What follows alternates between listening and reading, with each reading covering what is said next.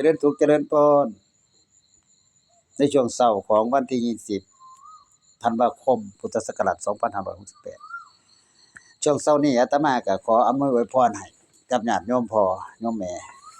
โยมลูกหลานทุกคนมีแต่ความผาสุกความเจริญร่ำรวยทุกคนมีเงินปลดหนี้ปลดสินกันทุกคน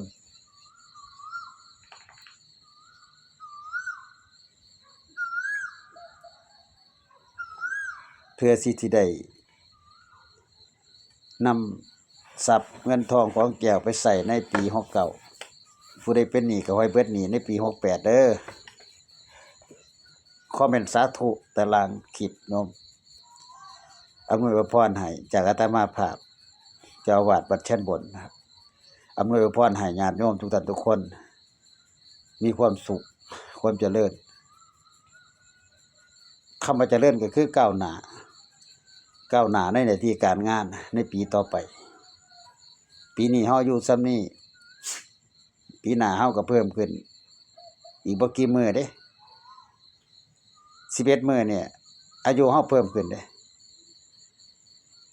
เพิ่มขึ้นความล้าถอยความอ่อนเพลียจากเฮาอยู่หลายมันก็เริ่มพละกำลังร่างกายเฮาเนี่ยมันก็เริ่มเสื่อมเริ่มถอยไปเรื่อยๆแต่ว่าเฮาต้องพยายามรักษาสุขภาพดูแลสุขภาพตัวเฮาให้มันอยู่ไปรอดปลอดภัยบ่มีผู้ใดอยากจากไปดอก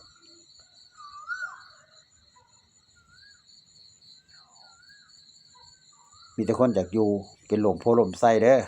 อำนวยอวยพรให้ญาติโยมได้เป็นลมโพลมไส้ของลูกของหลาน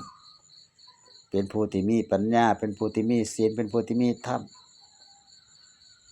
ทุกท่านทุกคนเจริญพร